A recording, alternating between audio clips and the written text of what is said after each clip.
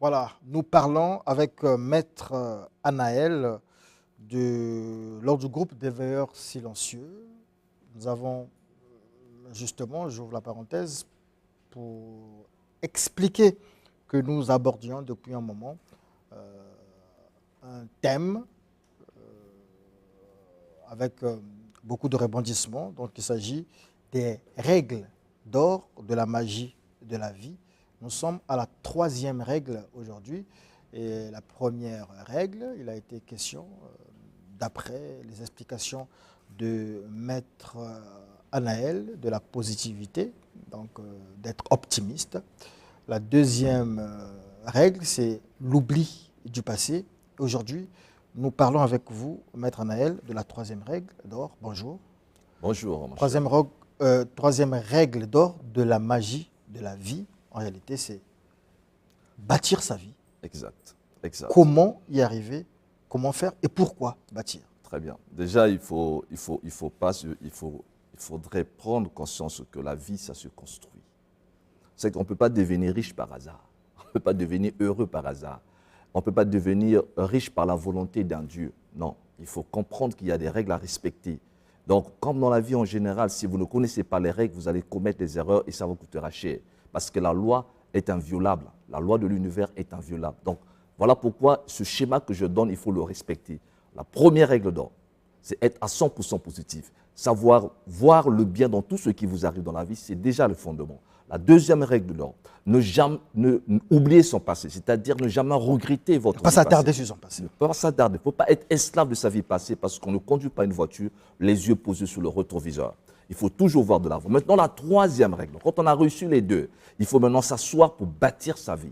Alors, pour bâtir sa vie, qu'est-ce qu'il faudrait faire? Ça commence par le travail intérieur. C'est pourquoi je dis la vraie richesse commence de l'intérieur. Et là, il faut savoir bâtir sa vie d'abord en connaissant quel est le but de votre existence. Et la plupart des gens végètent dans la vie sans but précis. Ils végètent dans la vie sans rêve précis. Ils végètent dans la vie sans un idéal précis. En ce moment-là, déjà, ils sont en erreur. Ils ne peuvent pas réussir. Donc, tous ceux qui ont réussi dans la vie, tous ceux qui sont devenus riches, heureux et prospères, ont réussi d'abord une chose, ils ont bien défini le but. Et donc, la définition de votre but est la pierre angulaire de toute réalisation. La définition de votre but est la pierre angulaire de votre succès, de votre réussite. Si vous ne savez pas déjà définir le but, si vous ne savez pas définir le but, alors vous avez déjà échoué avant même de commencer. C'est pourquoi, dans cette règle, il faut savoir bâtir sa vie, il faut savoir que voulez-vous de votre vie. Parce que si vous ne savez pas vous-même ce que vous voulez dans votre vie, alors qu'est-ce que la vie fera pour vous? Et c'est à ce moment-là que les gens se perdent. Lorsque la personne vit dans le hasard, quand la personne attend la volonté d'un Dieu, si Dieu le veut, un jour je serai riche, si Dieu le veut, je serai heureux, si Dieu le veut, je vais me marier, la personne n'a pas un but, il n'est pas clair. Alors la clarté sur le pouvoir, ce que la magie veut, et c'est ça la magie. La magie, elle est incontournable. C'est-à-dire que personne ne peut nous démontrer les contraires. La magie, elle est incontournable. L'univers ne vit que par la loi magique. Si toi et moi nous respirons, c'est parce qu'il y a une loi magique qui nous fait respirer. Si les arbres sont là et produisent des fruits, parce qu'il y a une loi magique qui est là. Personne ne voit ce qui se passe dans l'arbre. Donc cette force-là, et on ne peut pas le voir avec nos yeux, mais elle est là, elle est réelle. Maintenant, ce qu'il faut faire, c'est quoi? Il faut que toi, tu décides ce que tu vas faire de ta vie. Or, la plupart des gens sont dans l'indécision. Quand déjà tu n'arrives pas à décider, c'est déjà une façon de... Tu as déjà choisi. Donc, il faut décider. Si tu ne décides pas, la vie décidera à ta place. Et si la vie décide à ta place, la vie va t'amener comme un bateau qui est perdu dans un océan. Donc, le vent, la tempête peut t'amener partout où tu veux. Donc, voilà pourquoi la plupart des gens, quand ils ne connaissent pas à définir leur but, ils sont déjà perdus. Et là, il faut que les gens apprennent à définir le but. Si c'est sur le plan financier que tu veux, parce que la richesse englobe beaucoup d'aspects. Il y a la santé dans la richesse. Il n'y a pas tout simplement l'argent. Le fait d'être déjà en bonne santé fait de vous évidemment quelqu'un de riche. Parce que la santé, c'est d'abord une première richesse. Alors, pour être en bonne santé, il y a des règles à respecter. Si tu ne connais pas les règles de la santé, si tu ne sais pas comment te nourrir, si tu ne sais pas comment respirer de l'air pur, mais tu finiras par tomber malade. Et quand tu tomberas malade, il faut aller à l'hôpital. Et quand tu vas à l'hôpital, c'est pour t'appauvrir. Parce que tu vas dépenser pour ta santé. Donc déjà, du coup, quand tu n'es pas en bonne santé, c'est une erreur. Non seulement ça, il y a aussi le côté relationnel, le côté professionnel. Maintenant, quand on revient maintenant sur le point de vue de l'argent, combien d'argent veux-tu gagner? En une semaine, en 2 jours, ou en 3 semaines, ou en un mois, combien d'argent veux-tu? Et là, si on pose la question à la personne, combien d'argent veux-tu gagner? Vous allez voir toutes sortes de réponses. Pourquoi la personne? Parce que la personne, avant de répondre, va réfléchir par rapport à son statut social. Si c'est qu'il est venu d'une famille qui est très pauvre, ce serait très difficile à cette personne de dire bon, que je veux gagner 10 millions en un mois. Je dis c'est impossible parce que déjà, il va créer l'impossibilité lui-même dans ta propre tête. Pourquoi? Parce que là, il raisonne avec son cerveau. Or, tout ce qui relève du cerveau, c'est la pure fausseté. Parce que notre cerveau ne connaît absolument rien. Or, ce qui est là, notre esprit est illimité. Tout ce que nous demandons à notre esprit est capable de nous l'apporter. Donc, l'homme doit faire preuve d'imagination, de créativité. L'homme doit créer son histoire, créer son avenir. Mais bien sûr, parce qu'il a reçu des facultés spirituelles, mystiques. Je vais dire que tous les grands initiés ont utilisé. Nous avons des facultés que nous n'arrivons pas à utiliser. D'ailleurs, il a été démontré que l'être humain n'utilise que 15% des capacités de son esprit. 15%. Sur 100%, nous n'utilisons que 15% des capacités de notre esprit. Ça veut dire où est parti les 85% de nos capacités. Les 85% parce que nous ne savons pas comment utiliser notre propre esprit. Voilà pourquoi je dis que tout le monde est riche. Il n'y a pas un seul être humain sur terre qui est pauvre. Celui qui est pauvre, c'est parce qu'il s'est fait pauvre lui-même. Dans son imagination. Dans sa pensée, dans ses croyances limitantes. C'est parce que la société, lui, a encadré. Donc, il y a un faux logiciel. On lui a programmé à rester pauvre. Et beaucoup de gens ont été programmés pour rester pauvres. Et évidemment, ce que moi je fais, c'est déprogrammer la personne pour lui montrer que tu as des ressources illimitées. Tu as une richesse illimitée. Peu importe ton statut social, peu importe ce que tu vis en ce moment, peu importe le niveau de ta vie sociale, tu as la possibilité de libérer cette richesse intérieure en définissant d'abord le but. Ça, c'est la première des choses. Et après, je pourrais le montrer comment atteindre le but. D'accord. Alors, quelle définition, Maître Naël, fait-il ou donne-t-il au concept pauvreté et richesse? C'est quoi la pauvreté? C'est quoi être pauvre? C'est quoi être riche? J'ai déjà 1000 fois répondu à cette question ici-là. Je ne vais pas continuer à ressasser la même chose. Cette vérité, elle est indubitable et personne ne peut nous dire le contraire. La pauvreté est un état d'esprit, comme la richesse aussi est un état d'esprit. Ça n'a rien à voir avec ce qui est de l'extérieur. Vous savez qu'il y a beaucoup de gens qui peuvent faire semblant d'être riches. En apparence, en s'achetant les belles voitures, en s'achetant des beaux habits. Mais ça, ce n'est pas être riche. C'est vouloir paraître riche, mais il faut être riche intérieurement. Vous comprenez ça? Donc, il y a une grande différence entre vouloir paraître riche et être riche intérieurement. Lorsque quelqu'un veut paraître riche et qui n'est pas riche intérieurement, il finira d'une manière ou d'une autre à devenir pauvre. Est-ce que les deux concepts ont un lien, ont forcément un lien avec le matériel? Non, pas forcément. Je veux dire que quand on parle de l'état d'esprit, ça veut dire qu'il y a quelque chose que tu construis à l'intérieur de toi-même. Et cette chose finira toujours par s'extérioriser parce que c'est la loi. La loi fait en sorte que l'invisible influence le visible. Voilà pourquoi lorsque nous parlons de dimension spirituelle, nous ne pouvons pas avoir une vie matérielle sans la vie spirituelle parce que la matière et l'esprit, en fait, n'est qu'une même chose dans le fond, mais à des vibrations différentes. Donc, en fait, aujourd'hui, d'ailleurs, la science est en train de le prouver.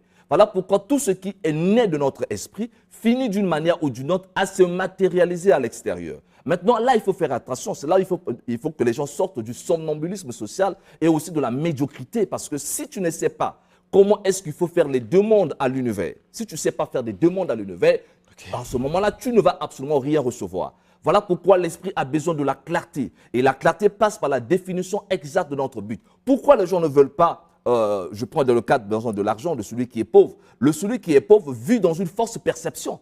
Parce que la perception du pauvre, elle est différente de la perception du riche. C'est-à-dire que le pauvre perçoit le monde différemment du riche. Et on pense que ta perception du monde n'est pas la perception, ta perception du monde n'est pas la perception de tout le monde. C'est-à-dire ta façon de voir l'univers n'est pas la même façon que tout le monde voit l'univers. Et le pauvre vit dans son mental, vit dans son propre univers, esclave bien entendu de ses fausses croyances. C'est pourquoi la première des choses qu'il faut faire, c'est de se libérer des fausses croyances afin de pouvoir tenir un bon raisonnement. Parce que si tu ne peux pas bien raisonner, tu ne peux pas bien décider. Et si tu forces la décision, tu as tout échoué. Parce que la vie, c'est la conséquence des décisions que nous prenons chaque jour. Or, pour prendre des bonnes décisions, il te faut avoir des vraies informations. Voilà pourquoi l'argent n'arrive pas. Parce que si déjà les croyances sont fausses, le raisonnement serait faux, et donc la décision sera fausse, et tu vas faire des mauvais choix. Et la conséquence de tes mauvais choix, c'est la pauvreté, la misère et toutes sortes de difficultés qui vont avec. Comment on arrive à y parvenir? Je prends le cas du maçon. Le maçon, pour bâtir, il a besoin de la truelle, de tous ces outils-là. L'homme ordinaire, pour bâtir sa vie, est-ce qu'il doit avoir pour outil ses échecs, son passé, ses réussites, ses expériences? C'est tellement simple. S'il y a une chose qui est très facile, c'est gagner de l'argent. Et gagner de l'argent est un art et une science qui s'apprend. Ça ne vient pas par hasard.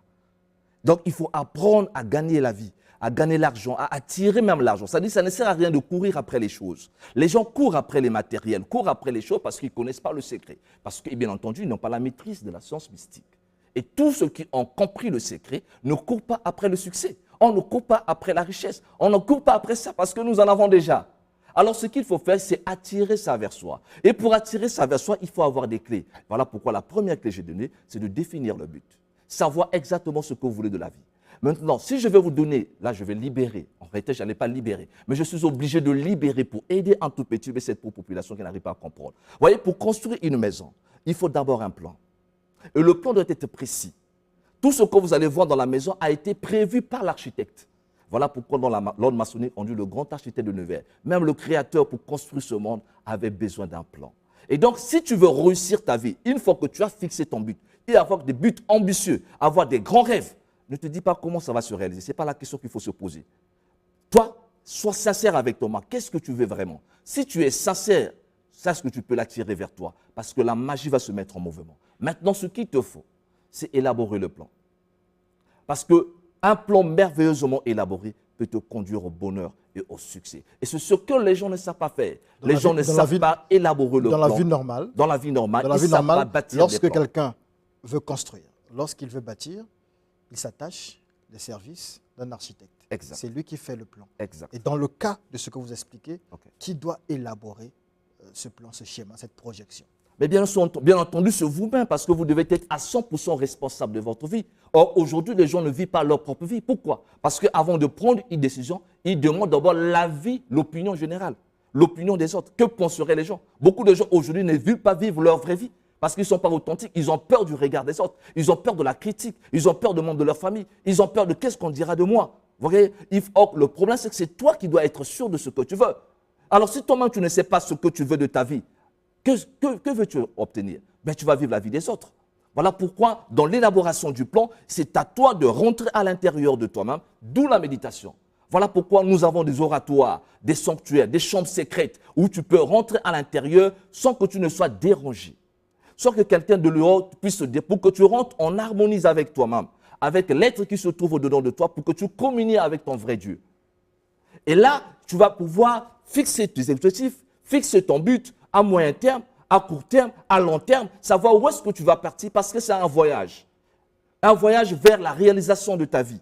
Et dans ce voyage-là vers la réalisation de ta vie, vers le plein épanouissement de ton existence, parce que la vie, c'est quelque chose de très rare et de très précieux, et donc il ne faut pas prendre ça à la légère. Vous comprenez ça? Et donc, quand tu prends le temps de bien regarder où est-ce que tu vas aller, c'est ce que moi j'appelais la fois dernière le pouvoir de la destination. Voyez-vous, les gens qui deviennent riches savent déjà où est-ce qu'ils vont finir avant même de commencer. C'est que même quand il n'a pas encore quelque chose dans les poches ou dans la banque, il sait qu'il est déjà riche. Il sait parce que pourquoi? Il a déjà tracé le chemin. Et il sait qu'il a la puissance de faire en sorte que l'univers coopère avec lui. Comment amener l'univers à coopérer avec vos désirs pour que vos désirs deviennent réalité? Ça là, il faut de la magie. Et si maintenant il ne te donne pas les clés, tu n'en auras pas. Et quand je te donne les clés, je te montre comme le ABC. C'est-à-dire que le plus simplement facile du monde, dans quelques jours, tu vas commencer à tirer l'argent dans ta vie. Je dis que dans quelques jours, l'argent va rentrer. C'est impossible que ça ne marche pas. Pourquoi? Parce que ça sera en harmonie avec les lois magiques de la nature. C'est pourquoi on ne peut pas refuser la magie. Tous ceux qui parlent mal de la magie, ce sont des ignorants. Tous ceux qui détestent la magie, ce sont des ignorants. Parce que même la science que nous utilisons aujourd'hui, comme je l'ai toujours dit, est née de la magie. Lorsqu'on parle de l'Égypte, la tradition ancestrale africaine égyptienne, c'était quoi? C'était de la magie. Qui ne connaît pas que l'Égypte, la base de l'Égypte, c'est la magie? Isis, la magicienne, les pharaons, les pratiquants de la magie. Donc l'Africain, à la base, sa première science, c'était la magie.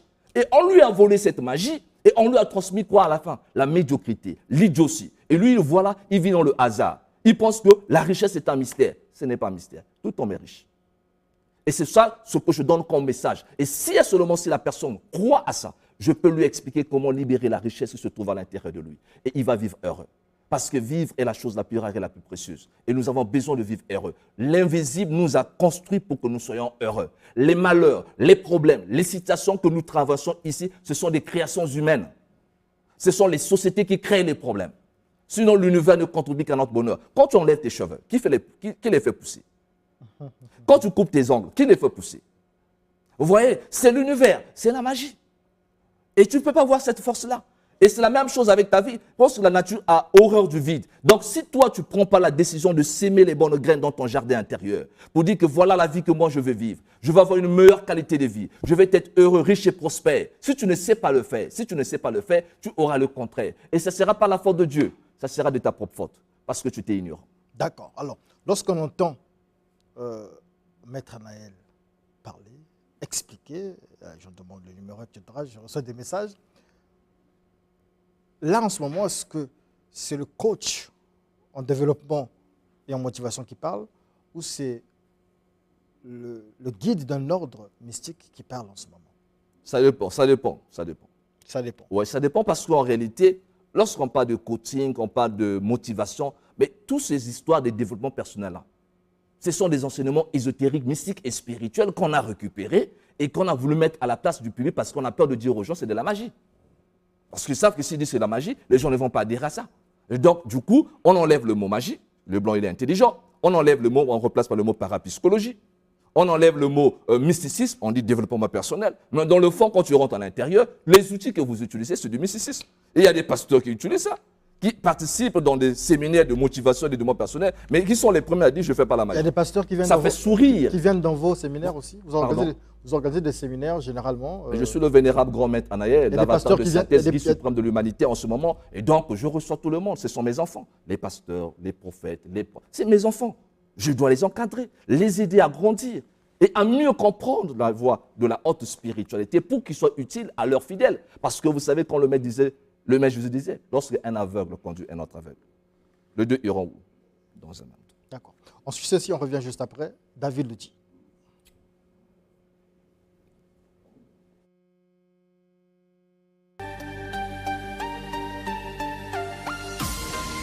Entrepreneurs, hommes d'affaires, entreprises, investisseurs et particuliers, voici une opportunité à ne pas manquer. Week-end d'affaires avec le vénérable grand maître Anaël, l'avatar de synthèse, coach en motivation et développement personnel.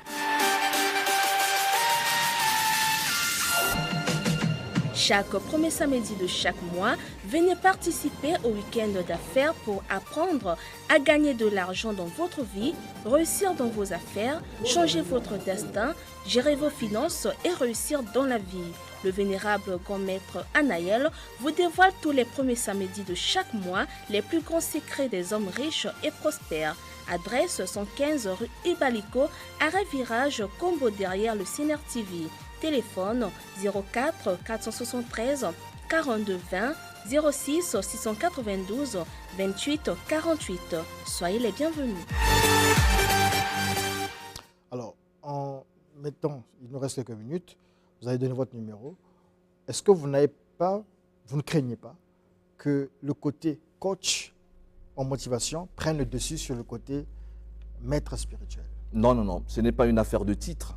Déjà, de toute façon, le titre, ceux qui s'attachent, je ne m'attache pas au titre. Ce qui est important pour moi, c'est servir l'humanité. Ce qui est important pour moi, c'est soulager la douleur des autres. Ce qui est important pour moi, c'est redonner le sourire à celui qui l'a perdu. Donc, que ce soit que quand je joue le rôle de motivateur ou de coach, parce que bien entendu, on peut être chef d'entreprise, je peux accompagner les entrepreneurs. Mais quand je suis également maître spirituel, l'idéal, c'est quoi? C'est faire en sorte que chacun soit heureux. Et donc, je ne vois aucune incompatibilité à la fois d'être maître Anaël et aussi à la fois coach en motivation. Et comme je le dis encore, en réalité, lorsque nous parlons de développement personnel et de coaching, la base de ça, le fondement de ça, c'est l'ésotérisme, c'est le mysticisme, donc c'est la magie. Et donc moi, en tant que maître Anaël, je comprends mieux que même les différents coachs, évidemment, qui n'ont jamais maîtrisé la science mystique, je comprends mieux comment aider la personne que eux. Parce que je peux t'expliquer comment manifester de la richesse en si peu de temps.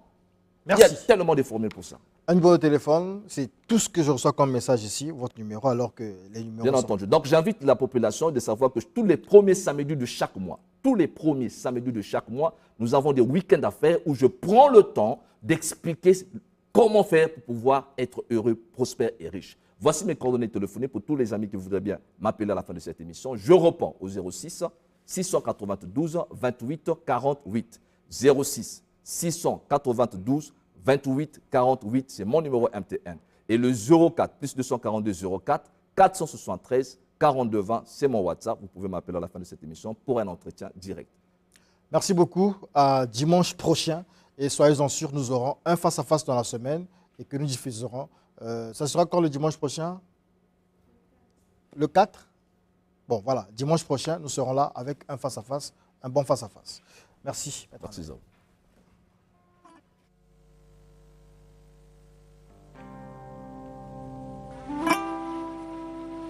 Merci à vous qui nous suivez en Angola en ce moment. Merci à vous qui nous suivez du côté des Émirats Arabes Unis. Merci à vous qui nous suivez au Burkina Faso, au Sénégal. Je salue Dieu veille Kwambolt Lud.